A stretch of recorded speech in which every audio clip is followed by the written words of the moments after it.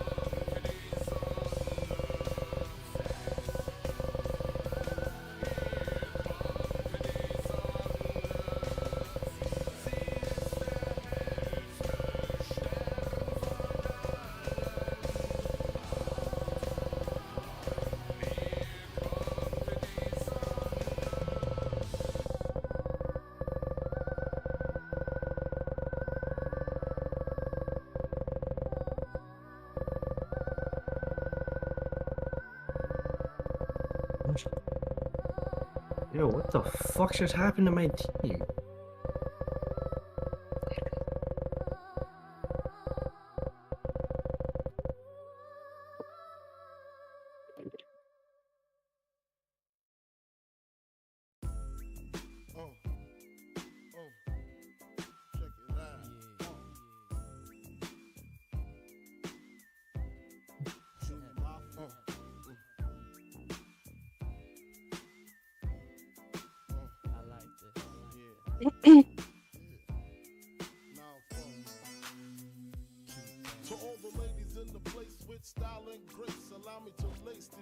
The fuck do I get to do against Orisa?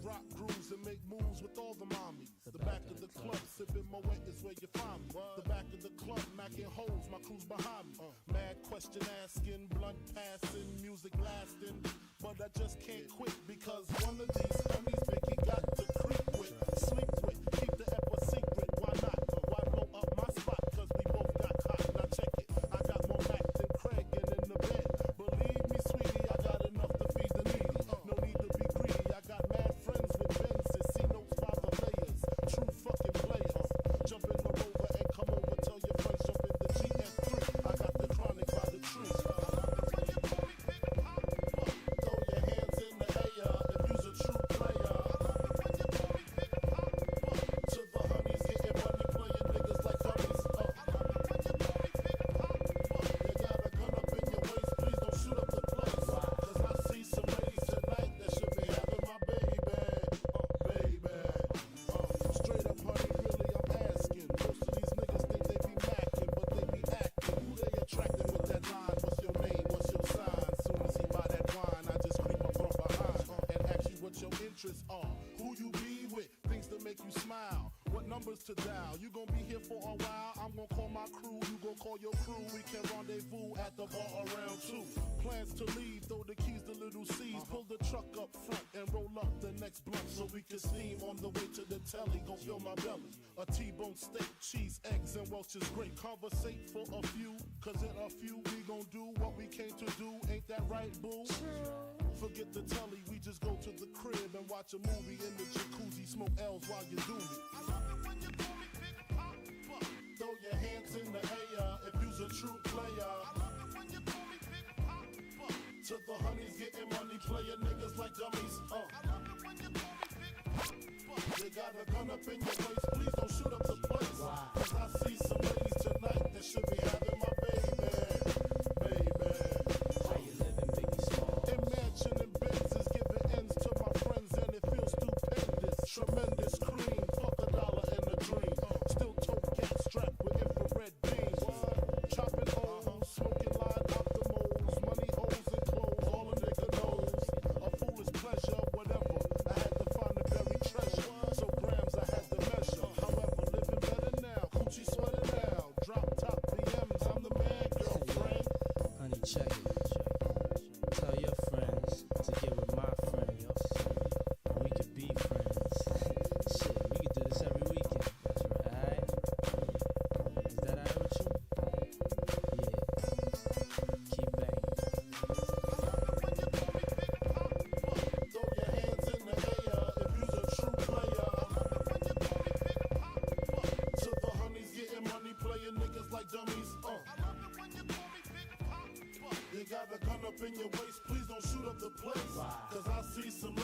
tonight that should be having my baby.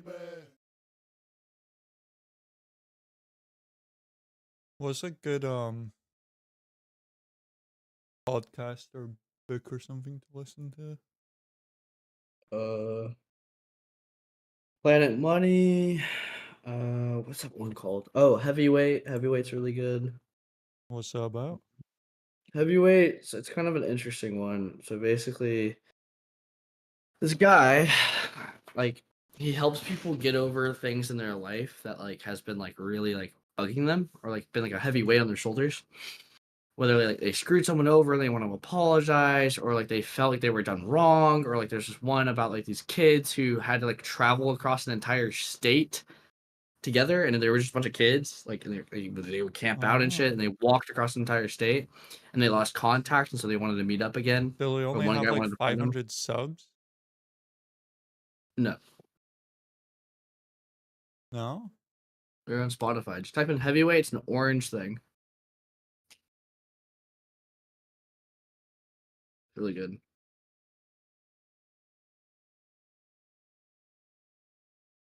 Oh, it's by Spotify Stereo? Yeah. The fuck did I just see? Oh, Marie Claude. I thought it was my stepmom's name. What the fuck? That was trippy as hell. But yeah, I don't know. I can't vouch for every episode because I haven't listened to it in a while, but I think it's really good. Planet Money's about economics. What is that one? If you like true crime, Crime Junkie, Morbid's okay. Mile Higher is like a nice like turn your brain off and listen to it. It's also like true crime or like supernatural. Let me listen to it. Do you just click anyone? On which one? Okay, I got Hi, it. Crime Junkies. I'm your host, Ashley Flowers. And I'm Britt.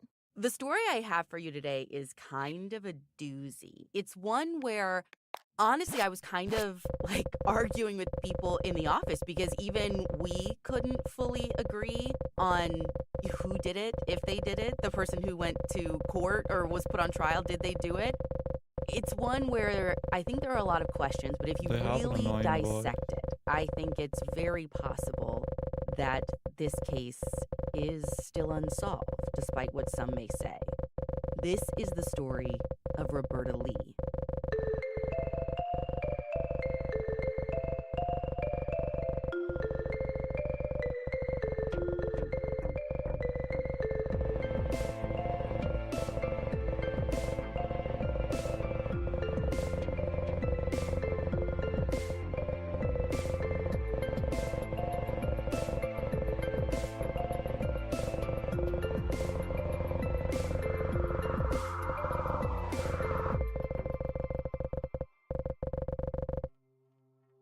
It's 11 p.m., November 4th, 1984, and roommates of Roberta Lee, or BB as they call her, they're getting worried. Like, she's gone on a run that morning with her boyfriend and another friend, but that was in the morning. It's 11 p.m. now, and she's still not back.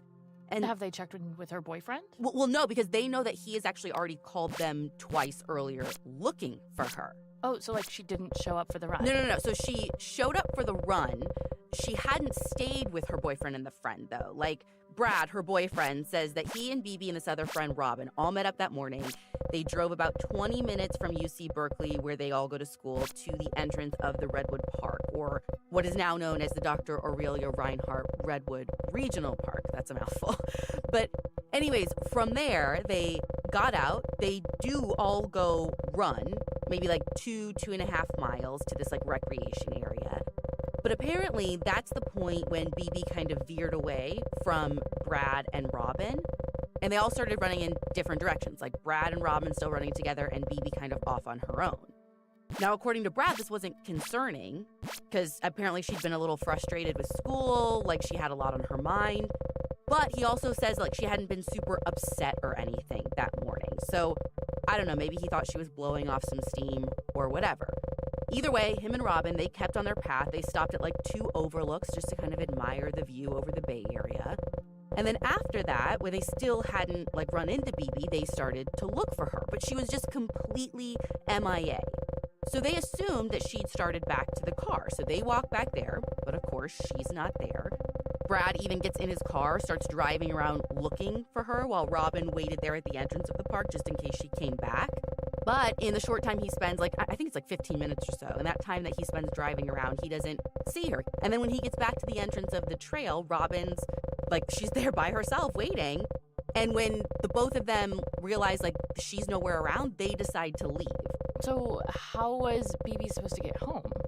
Good question. I'm not totally sure, but Brad seemed pretty confident that she was fully capable of making it back on her own. I don't know if he thought she would hitch a ride or run or what, but they left.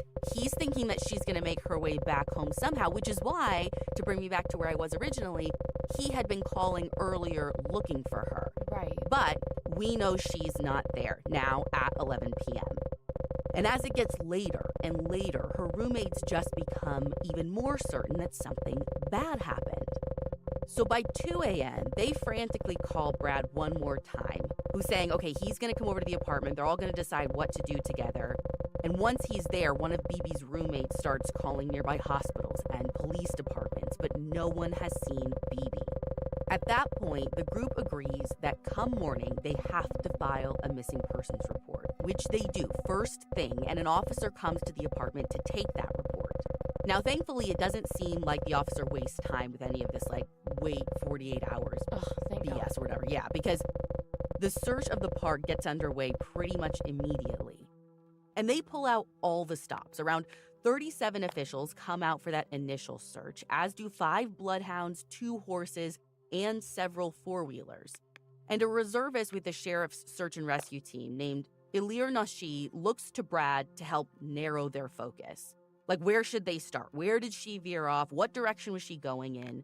But Ilir is kind of put off by how disinterested Brad seems in helping him. They're in this building at the park when he's talking to him, and there's this TV inside. And as Ilir is trying to ask these questions, an article by Don Martinez for the San Francisco Examiner says that Brad keeps looking over at this TV where a football game is on. He's more interested in that than finding his missing girlfriend. But still, he gets Brad to answer some of his important questions. Where he last saw her, yada yada, I told you. And he gets him to answer this one too. What do you think might have happened to BB? And according to that same article, he says that she might have hiked to Mount Diablo, which is miles away. Or, he says, maybe she had been, and I quote, kidnapped and put into slave labor. Brad, sir, take several steps back. What? Yeah, it seems like an extreme thing to jump to. I mean, the abduction part, And specific. Yeah, the abduction part I can understand. Because again, he thought she was fully capable of getting home, hitchhiking or whatever. So for her not to have gotten home, something must have interfered, right? Right. I mean, it's totally possible she made it out of the park and then she realized her ride's gone. She gets another one from the wrong person. I mean, there's even one source that claims that's actually what BB's dad ends up thinking early on, too, even though her friends are quick to say that BB would never hitchhike. Okay, but again, the slave labor part. Right. What does this UC Berkeley kid know about slave labor? Yeah, this doesn't sit well with this Ilir guy either. And I'm sure that weird feeling just kind of gets worse because an article in the Oakland Tribune by David Alcott says that Brad changes up the location where he'd last seen her, a few times. But it doesn't matter what direction he sends them in or how many times it changes. No one finds any trace of BB. Though the search dogs do find her scent and they track it about 100 feet from one of the areas where Brad said he last saw her, but then they just lose it. So what's Robin's story in all this? Can she corroborate any of what Brad's saying, even just one of the locations? I'm sure they have to be talking to her at some point in all of this. But I actually can't find anything specific about what she was saying in the very early days, other than the fact that I know she said she wasn't too happy with the idea of leaving without BB. But early on in the park when they're we can't find her and Brad's hey, we should just go. She says it was Brad's idea and she's you know what? Brad knew her better. So if he was confident that she was fine and she's going to make it back on her own, she trusted that. But that's the only thing I've seen reported about what she says early on. Now, pretty much from the get-go, police announced that they are suspecting foul play. But they don't outright call BB's disappearance an abduction.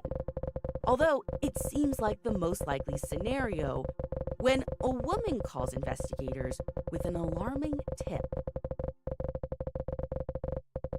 This woman says that around noon on the day that BB went missing, she was driving past the walking trail when she saw a man holding a young woman who looked a lot like BB. And he's holding this woman by the arm, dragging her towards this golden brownish Dodge van. Now, she describes this man as a white guy, about 6 feet tall, roughly 45 years old, and heavyset with light brown hair. And when is this woman calling this in? It's a little fuzzy. I can't totally, dial it in, but it's been at least a few days since she saw it. Why'd she wait to say anything? Well, because she says that it wasn't until she saw a photo of BB, I assume on the news or on a flyer or something, that's when she realized that the woman she saw being pulled. She put 2 and 2 together. Yeah. Though just a quick tip to everyone, I feel like if you see anyone being dragged towards any van, any vehicle, feel free to let someone know. You don't need to see the missing person flyer. Worst case scenario, you are wrong, but what if it's not? It probably is not. But when police get this tip, they create and distribute a composite sketch of the man, stating that they're looking to locate him for questioning.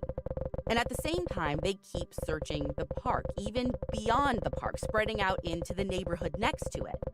By November 14th, BB's parents have posted a $5,000 reward, and by the 16th, a special task force is established with investigators from several jurisdictions and the FBI. They even go so far as to film a dramatization of what they think happened, BB getting pulled into the van by this tall man with brown hair, and they make this available for the news stations to broadcast, I guess hoping it'll trigger someone's memory or, I don't know, just gain attention. Mm-hmm. And their efforts do result in tips being called in, but none of them lead anywhere. Now, all the while, BB's friends and family are doing their own boots-on-the-ground things to try and help find her. One of her roommates and Brad begin organizing their own search efforts, and they're joined by a small army of volunteers who distribute posters in the Bay Area and conduct their own searches. They start calling themselves the Friends of BB Lee, and they're assisted by a volunteer with the Missing Children Project. They get this headquarters of sorts kind of set up in a donated apartment, and they have phones manned 24/7 taking tips and passing those tips on to law enforcement. It wouldn't be a tip or a poster that helped find BB. It would be a dog.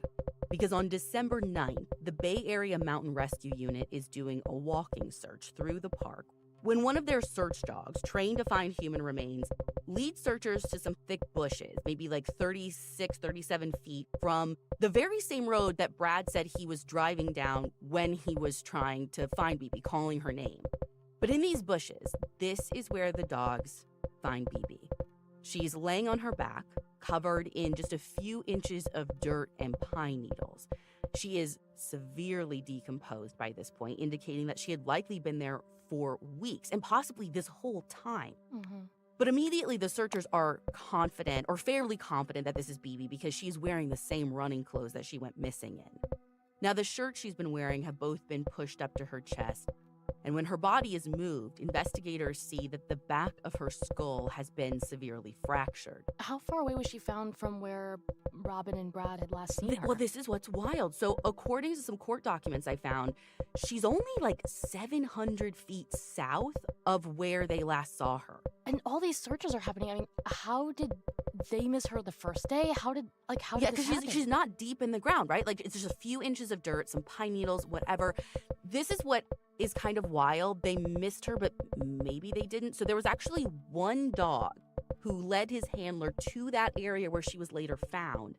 But I guess he didn't indicate anything or do the right indication. So they, he brought them there, but they were so maybe she hadn't been there the whole time, but who knows? Either she hadn't or she had, but the dog didn't indicate the exact right way. And so the handler was like, oh, that's not the indication. Let's keep going. But at this point, no one knows. Was she there? Was she not there? I don't know. Now, later that evening, she's officially identified, and the next day, her autopsy is conducted. And after consulting with a forensic anthropologist, it's determined that she died after being hit with a blunt instrument in the back of her head, resulting in 3 skull fractures. Now, her nose and her right eye socket were also fractured, and due to decomposition, they cannot tell if she was sexually assaulted.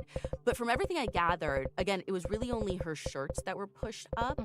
I'm pretty sure everything that I read said that, like, her pants were still on and nothing else seemed disturbed. Not that, like someone couldn't have put them back on or whatever, but it's just worth noting. Now, the full extent of what is taken from the crime scene for testing isn't clear. The only thing I can confirm is that investigators collect 2 rocks found near BB's body.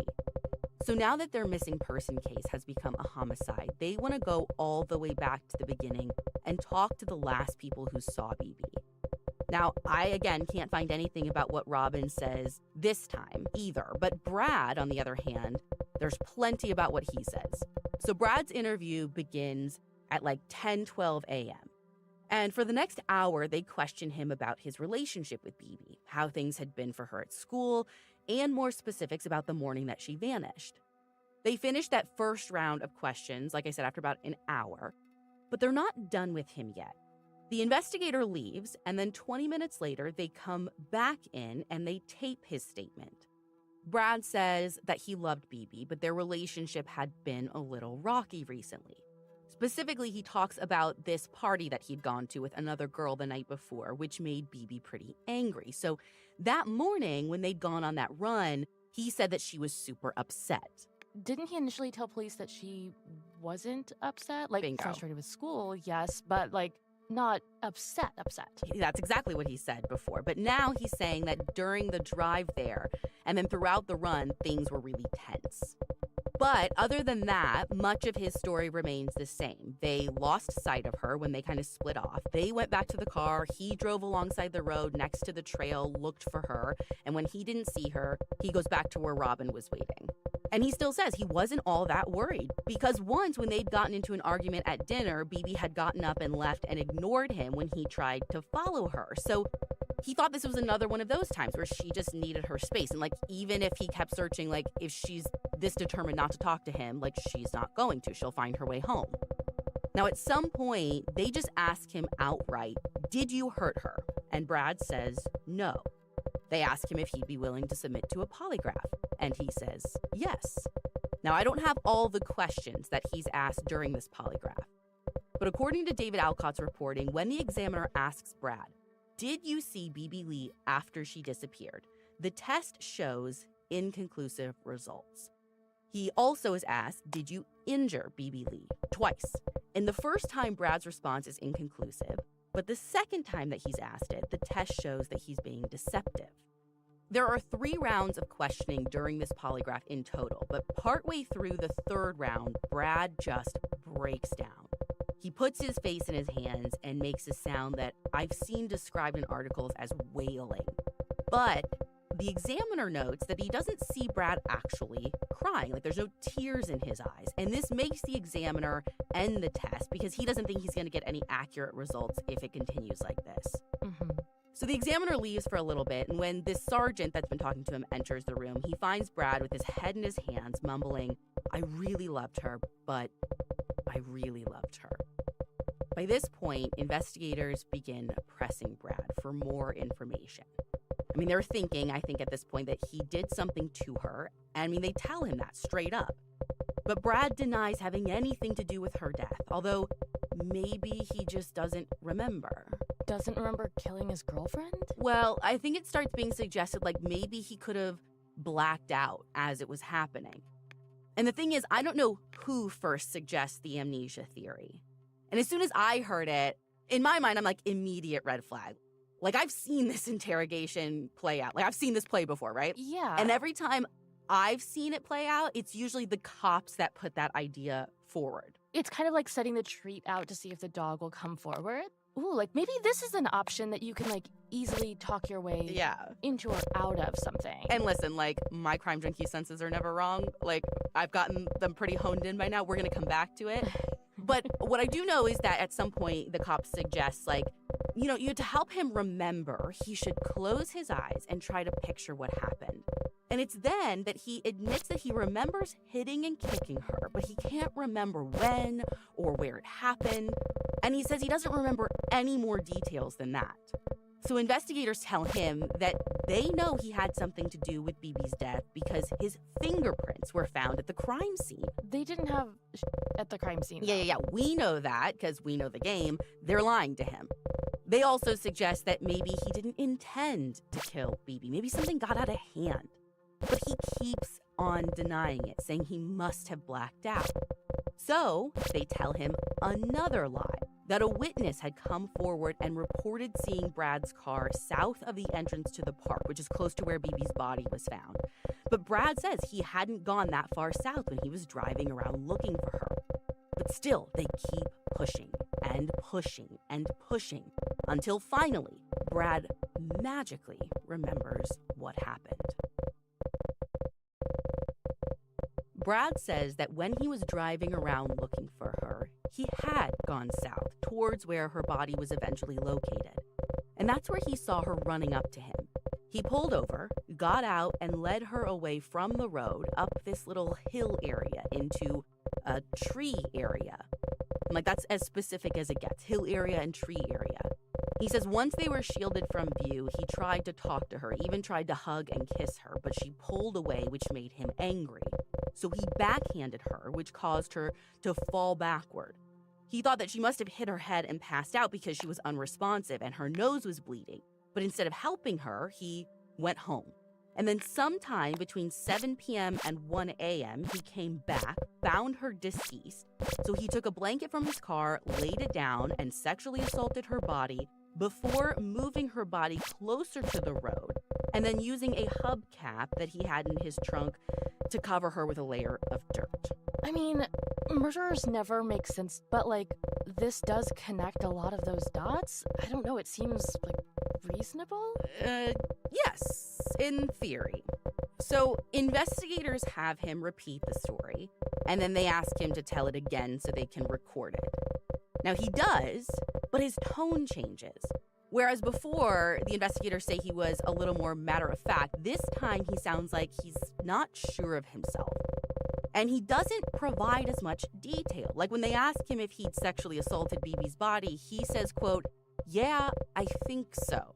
Oh. And when they ask him if he said anything when they met up before he led her into the woods, he says, quote, "I must have said something, I don't know." And then he goes back to saying that he didn't remember hitting BB and he didn't know where her body was.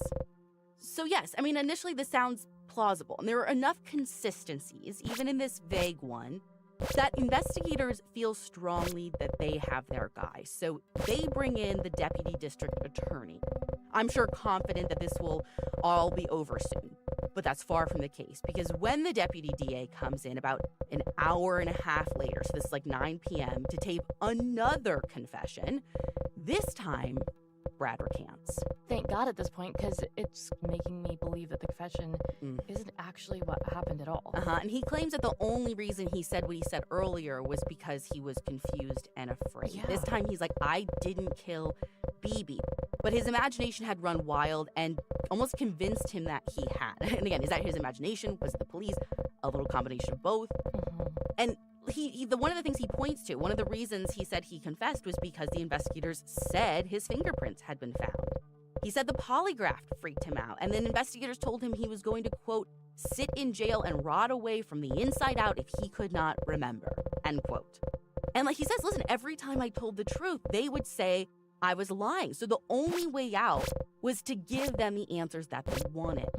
Plus, he says that the whole time, like on top of all of this, he was feeling really guilty because he couldn't help his girlfriend. So with the help of these officers, he constructed this imaginary story. So just for a second, let's put the confession aside. Why was he lying and saying things were completely fine with their relationship when, like, he then admitted that things had been tense, or like he had that interaction with the searcher where he was like more interested in the football game than talking to them? I mean, there's a reason they were looking at him to begin with. Like, they didn't just like go into like it's always the boyfriend mode. Like, he was, I know, there were like weird things, right? There are things that look bad, and I can't explain it, but The one thing I'll say, if I feel like I've learned a couple of lessons from our time doing this. And one of the things, like, as I've done so much research on so many cases that I've found, is that a newspaper article is black and white, but the story itself isn't always. Like, usually there's so much context missing from those short 500-word stories. And it's that context that's full of color, and we never get that. So, like, all I'm saying is, like, yes, there's some stuff that looks bad, but I'm not sure that... Well, hang on, I'll just keep going and you'll understand. Because I did find more stuff that were not in the news articles, but I found in, like, the court docs. The important thing at this point that I think people should know is that there are things in his story that don't match up to the crime scene. So take those 3 fractures to the back of her skull, for instance. So he says that he backhands or hits her, basically, and she falls backward. But the severity of the fractures wouldn't have come from something like a fall. The fractures to the nose and the eye socket might have come from him hitting her, but he would have had to either use an object like a rock or slammed her head into the ground to injure her that severely. But those inconsistencies, I guess, don't matter to anyone because nobody in the early days is pointing those out. And so Brad is charged with BB's murder in the early morning hours of December 11th, after his final statement recanting his confession. Now, in their version of events, Brad killed BB, went back to cover her body, and then spent the following 5 weeks playing the role of the grieving boyfriend and volunteering with the search effort so that he wouldn't raise suspicion. Now, the whole time, Brad continues to maintain his innocence and pleads not guilty at his arraignment, and he's eventually let out on bail to await his trial. And investigators spend that time looking for more proof to make their case rock solid. Like, ideally, the blanket and hubcap that Brad said he used. He said he got that blanket, put her on it, sexually assaulted her, used the hubcap to dig. So they end up finding both of those things in his car, and they send off both to be tested, hoping to find proof that will, like, corroborate the original story he gave. Now, while that's happening, the trial gets going on April 14th, 1986. And David Alcott reports that the trial includes almost 100 witnesses, over 400 items of evidence, and it takes 27 and a half days. So it is a big one. But I'm going to try and keep it as straightforward as I can. I'm kind of going to go point by point as chronologically as I can. So once we get into trial, let's start with Robin's testimony, who we finally get to hear from in a meaningful way. She claims that BB was clearly angry that morning and things between her and Brad were tense. And she says when BB broke off from the group, she didn't think too much of it. Now, after they couldn't find her and they went back to the parking lot, she admits that she was the one who recommended Brad go drive around and look for BB while she stayed there at the parking lot. And when Brad came back, she didn't see any evidence of a struggle, but noticed that he looked a little more worried and that he was maybe a little quieter. No big red flags, though.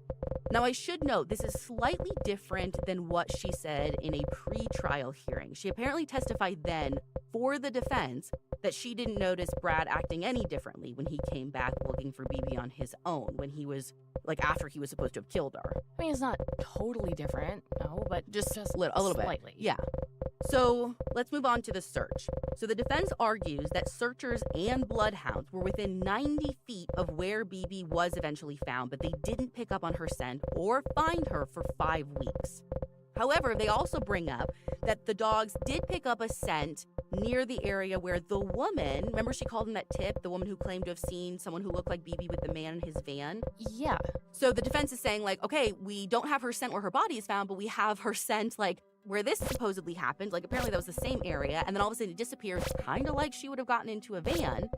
But the prosecution tries to explain that away by stating that BB's scent could have gotten mixed up or mistaken for that of her family, who by that point had come out to California and been there searching too. Like they had like a similar enough scent that the dogs got confused. I've never heard of that. Me neither. So I don't know if that's legit or not. Someone who knows anything about search dog needs to write in and tell us. But one of the searchers who was actually there with the dog, I told you about this earlier, he's the one that comes forward at trial and says that his dog did lead him to the site where BB was found. He claimed that his dog pawed at the ground, but that wasn't the right signal that he was trained to give when he alerted, so the searcher didn't think to report it. So we don't get this until trial. And he says that he didn't say anything until now because, quote, it's hard to get people to say they or their dog made a mistake. You're walking on very sore toes in that area, end quote. Oh, so this is just an ego thing. Yes, Awesome. Perfect. Perfect. Yeah, that's what it sounds like. Now, Brad's efforts in the search are disputed. Some testify that his efforts were minimal and that there were a few times that he was asked to do something that he didn't. But there are others who say that he was boots on the ground as much as possible and doing everything he could. Now, speaking of Brad in those early days, remember Ilir Nushi, the searcher who interviewed Brad like right when BB was reported missing? Okay, so he comes and testifies. And his story hasn't really changed, like he stands by it.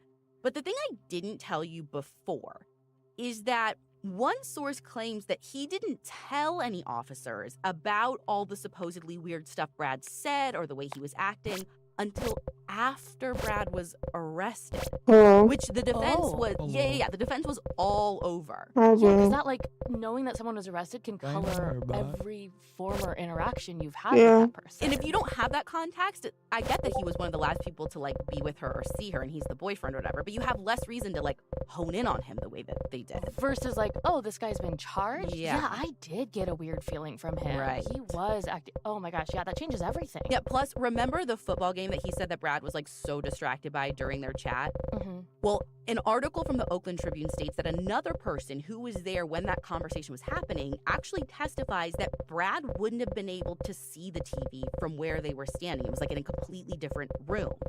Does that mean he still couldn't have been distracted by the noise? I mean, possible. But it's another point that the defense is able to use to kind of destabilize the prosecution's, like, theory or points or whatever. Right. Now, the prosecution gains a little bit of ground when discussing some of Brad's behavior in the weeks between when BB went missing and then when she was found. People who saw him in that time testify that he was just doing some things that were out of the ordinary for him, like staying in BB's room, wearing one of her shirts, sleeping with her teddy bear, painting his fingernails, wearing her eyeshadow, which, like, none of those things are crimes. He just maintains that he was really distressed during that time. Like, we all handle stress differently. And, like, you know, surrounding himself with her things, like, I kind of get it. I was gonna say stress and also, like, potential grief. Grief, like this yeah. person you love isn't here and you don't know where she is. Right. But it was this poem that he wrote that, like, brought people pause. It's titled Suitable Ending. And it's about BB going off into the unknown. The prosecution specifically focuses on one line in particular, which reads, quote, "On a warm winter's morning, terror howled in the soul. The appetite of the mind's eye took a second look and didn't see," end quote. The prosecution takes that line and the title to somehow be an admission of guilt, saying that BB's death to Brad was a suitable ending for her. But in one of the sources I found, it says that Brad clarifies the line that they read, says it was referring to the witness who saw the woman who looked like BB being pulled toward the van, but then doing nothing about it. And the title was supposed to mean, quote, "You never find out what happened. It was just left up to God to help us," end quote. Now, according to more of David Alcott's reporting, when BB's sister testifies, that's when Brad's case takes another hit, because she says that when she went to help search, Brad was already referring to BB in the past tense. Which is just never a good look. I know. You mentioned the witness talking about the van, and it made me wonder, does anyone ever come back to the man in the van? Like, are we saying that that was Brad, that it never happened? Like, Well, no one's saying that it's Brad, not even, like, the police or anyone, because the witness description doesn't match him. I mean, if you remember, the guy was supposedly in his 40s. Like, even the age aside, even the physical description isn't Brad. And he was not driving a van. He couldn't have gotten a van in that short time. right. So, sure, it's possible that it never happened. But when I walk you through the next parts of the trial, the sightings of BB, I think it's more likely than not that there was a man who wasn't Brad, and this did happen. There are 3 more sightings of BB that the defense brings up that investigators don't seem to have put much effort into, like, sussing out. One in particular was from another woman who claims that she saw a young woman running down a road close to where BB went missing with a man running behind her. Not necessarily in pursuit, though. And what makes this sighting significant is that this was in the same area where the search dog led his handler but didn't alert. Now, the other two sightings were of BB supposedly alive at a grocery store and a shopping center parking lot at times after she is thought to have been murdered. So that doesn't really fit with the man in the van theory, but it does offer a bunch of possibilities of reasonable doubt. Right, just poking holes in the prosecution's case. Right. Okay, so I want to move on to the physical evidence after BB's body was found, or rather, the lack thereof. So the two rocks police took from the scene don't have any DNA on them. The hubcap and the blanket, to me, these are the really important pieces. Yeah. Neither one of those can be placed at the scene or be connected to the crime in any way. Now, her body was too decomposed to tell if she'd been sexually assaulted, but there's no evidence that she was based on her clothes or, like I said, that blanket that supposedly Brad sexually assaulted her on, according to his one story, which he later recanted. And like I said before, the injuries that BB sustained don't match up with what Brad's one story was. The pathologist who did the autopsy even testifies in court that they had never seen someone sustain the injuries she had just from a fall backwards.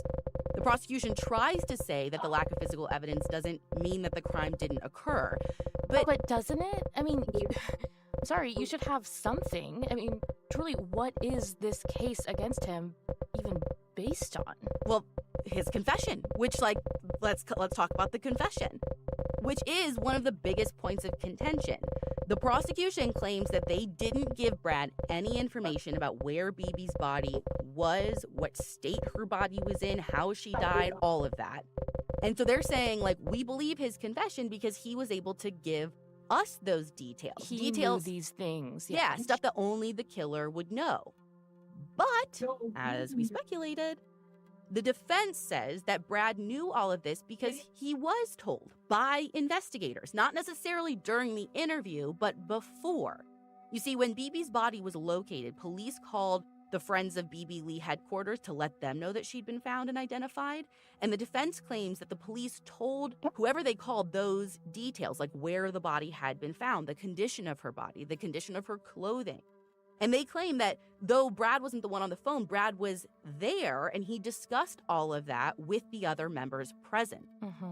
But that ends up being contradicted by one of the volunteers from the Missing Children Project. She says she's the one who actually picked up the phone when they got the call, and she says that all they were told was that BB's body was found. Nothing about where she was, what condition her body was in, none of that. She does say that when she told the people there, including Brad, about the discovery, that he broke down and had to leave the room. But then someone else who was there when the phone call happened admits that there was some discussion about, how it would be possible for police to identify a body if it's so decomposed that it can't be recognized. But that the conversation was more like speculation. No one actually knew anything for sure. And there's a lot of back and forth here because according to an article in the Oakland Tribune, Brad ends up saying that all of that isn't true. He claims that the volunteer from the Missing Children Project is just straight up lying. Now, when it comes to whether the confession was coerced or not, the defense takes a strong stance that it was. They bring in a psychiatrist who, after reviewing the taped statements, testifies that the level of mental fatigue Brad was experiencing after over 12 hours of grilling, combined with what he calls coercive persuasion by the police and manipulation of his guilt, resulted in a coerced confession. And the confession is a huge point that Brad talks about when he takes the stand in his own defense. We don't see that a lot. He sticks to his story about how he was threatened with jail time unless he could explain how BB died. And he genuinely became convinced that he had done something so heinous, so out of left field that he couldn't remember. And that's why he says he believed police's suggestion, which he says it was their suggestion, that he blacked out. He also claims that he trusted the polygraph examiner when he was told that he had failed the polygraph. He truly believed that he had done something he couldn't remember, which, by the way, he didn't fail the polygraph. The results were inconclusive. And the defense actually gets Cleve Baxter, this guy who pioneered a major technique often used today in polygraphs. They get this guy to testify that the examiner who did Brad's test misread some of the results. And the results for the questions where he showed deception weren't strong enough to actually be considered deceptive. Most everything should have been inconclusive. Wait, we're in trial right now talking about polygraphs. Because it was the defense that actually argued for them to be, admitted as evidence. Because they say that investigators used it as an interrogation tactic rather than a fact-finding tool. So they think it's important because it relates to the confession that Brad went on to make. Oh, and again, speaking of this confession, so remember when Brad broke down and the examiner thought that that was an indication that he was being deceptive? Well, Cleve says that as a polygraph examiner, they shouldn't be reading into that. He says that they should have stopped and completed the test later when Brad wasn't so emotional. It's not their job to weigh in on the why. Now, police deny threatening him with jail time if he couldn't come up with an explanation for what had happened. They also deny suggesting the amnesia theory. But without the transcript of their conversations, I actually don't know one way or another. I mean, at least I think the early ones weren't taped, so I don't know if there is a transcript of anything other than police notes. So that's the confession. And the final thing that I want to talk about in relation to the trial has to do with the timeline. We're talking about when Brad might have had time to not only kill BB, but then go back and hide her body. So he was only searching for BB in his car for 15 to 20 minutes, which Robin confirms. And later that evening, a few people remember seeing him at very key moments.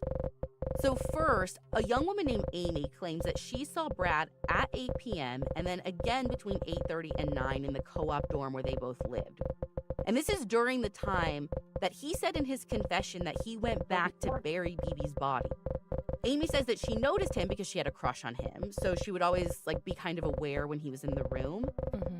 And it's worth noting that by the time this trial is happening and she's testifying to this, they're actually dating.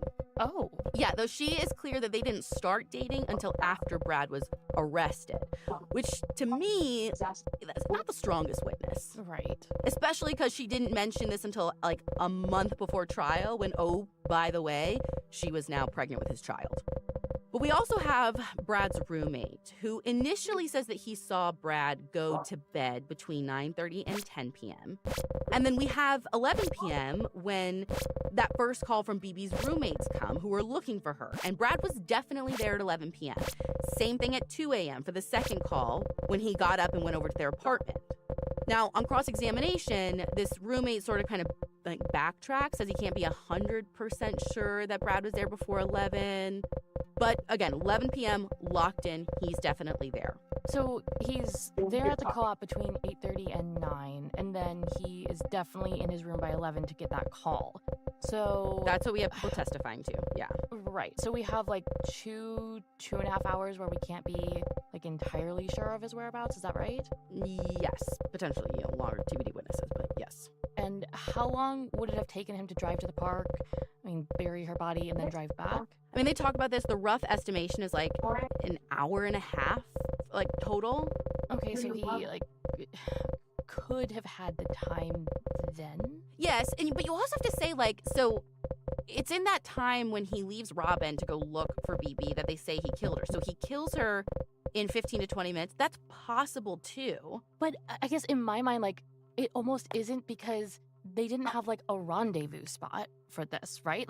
He had to find her first. And then have some kind of confrontation, which I know they were already heated. She was already kind of upset with him. But which could be motive, whatever. But you have to go from 0 to 60 for everyone to be on this run together and things are okay. Robin says sure she was upset, but they're not fighting all along this run. They're all running together. She chooses to go off. So this couldn't even have been premeditated. You know what I mean? He didn't know she was gonna go. I guess that's where I'm the timeline is really tight, because it's not premeditated. He didn't know that she was going to veer off and stop running with them, run somewhere else. He didn't seem to know where she was going. He would have to find her immediately. And like you said, start a verbal argument as soon as they get together and escalate it to a murder. in that short amount of time? Explain the physical evidence, right? Because you didn't just like get in a heated argument, backhand her, and then she falls down and dies. Like everyone has said that's physically not possible. It's not how it would have happened. So there has to be a murder weapon. There has to be like more of an altercation. And then I always found it so strange because in their story, he leaves and when he comes back and realizes she's dead because again, also like the way he's saying it happened didn't happen. So he would have known she was dead right away. Right. Like based on the physical evidence. But okay, he leaves, he comes back. Because she couldn't have just fallen. He would have had to kill her. Right.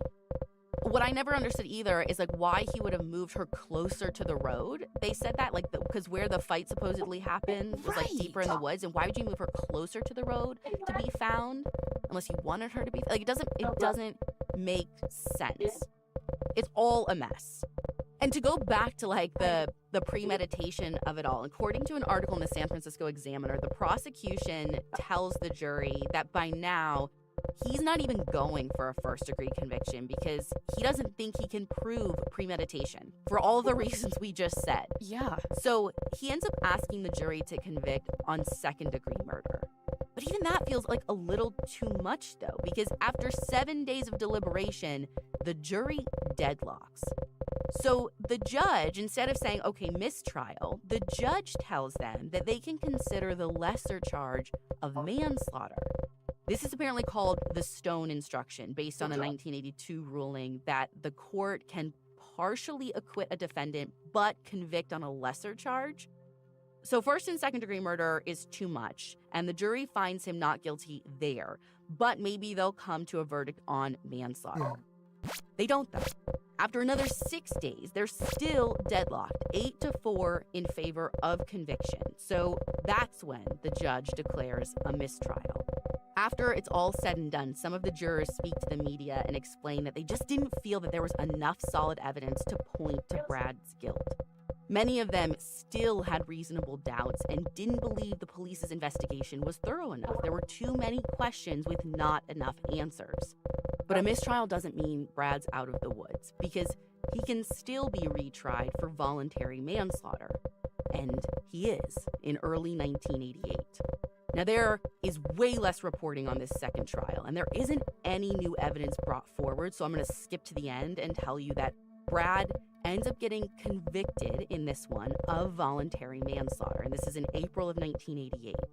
He gets sentenced to 6 years in state prison, but he remains out pending an appeal, and by 1991, his conviction is upheld, though he only ends up serving 2 years and 8 months of his sentence, and he was released in February of 1995, where he stayed out of trouble for a few years until 2002.